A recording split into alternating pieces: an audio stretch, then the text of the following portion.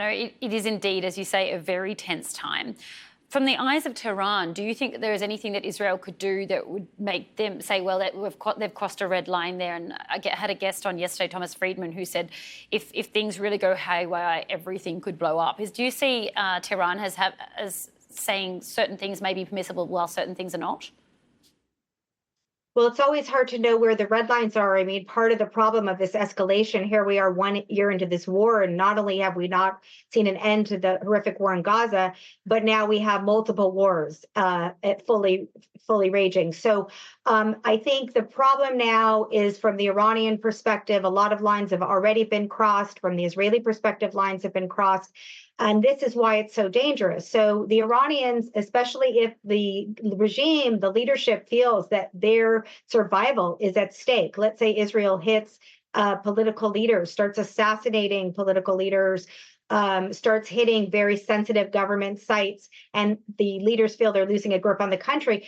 They may not feel they have anything to lose and may just, respond with full force. And granted, Israel's a lot stronger militarily, but Iran has significant missile capabilities to spare even after the last attack. And they have not yet targeted civilian infrastructure in Israel, the heart of population centers in Tel Aviv. There's a lot more that can be hit. So I'm not in the camp that thinks this is a situation that can be easily contained. This is why it's so important to try to get the parties back from the brink. It is very dangerous.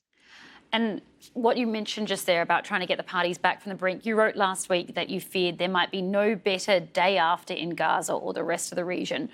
What do you think would need to happen for there to be a path to peace?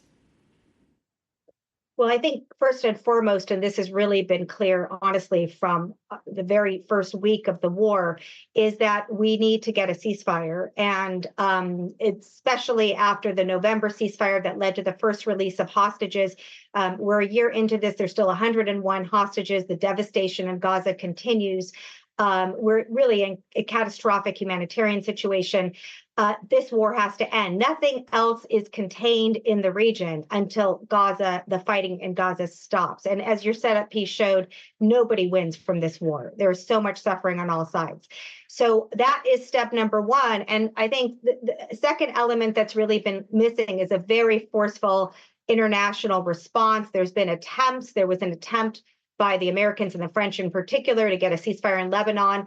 But when you have a situation where you have an Israeli government and a psyche in Israel after the trauma of October 7th, where really there is a feeling that Israel needs military wins to restore its security, restore its deterrence, it's going to be very, very difficult to rein that in.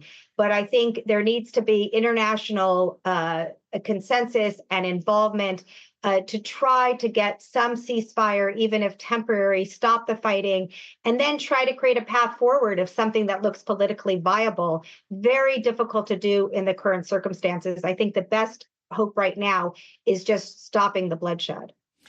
Dalia Dasakay, a senior fellow at the UCLA Burkle Center for International Relations. Thank you for joining me.